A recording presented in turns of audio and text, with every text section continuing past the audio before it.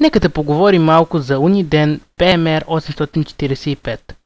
Днес го купих и ще ви разкажа за първите си впечатления от тези радиостанции. Цената им беше 75 лева. Тези са купени от Технополис.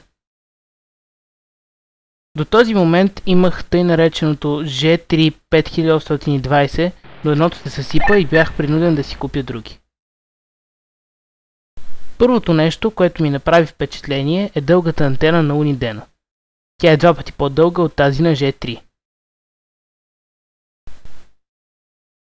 Но това не е изненадващо, тъй като според кутията, обхвата на Uniden PMR 845 е 8 км, което е 2 пъти повече от този на G3.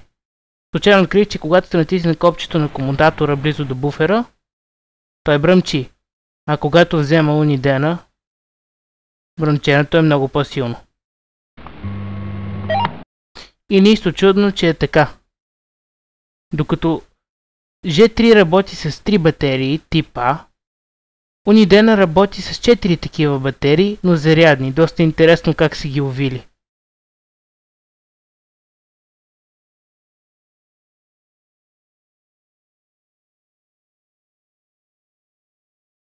Заедно с комплекта идва и зарядно, което е доста удобно, но съжаление е само едно и ако искате да дадете радиостанцията на ваш приятел, то няма как да си я зарежда.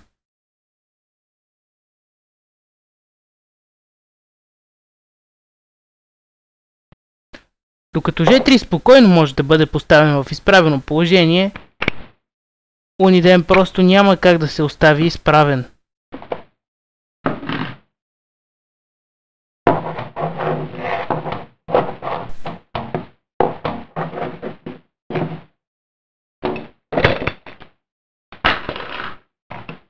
Но разбира се, всичко си има челъм.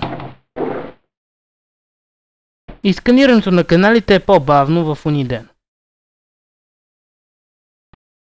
Нека да видим какво може Uniden. Той разполага с 8 стандартни PMR канала. Може да сканира.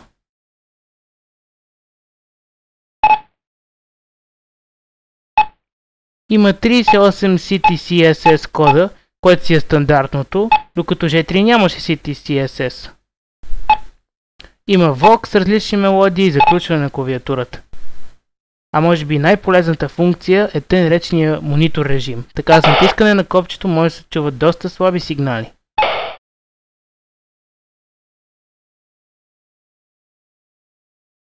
Това е Uniden PMR 845.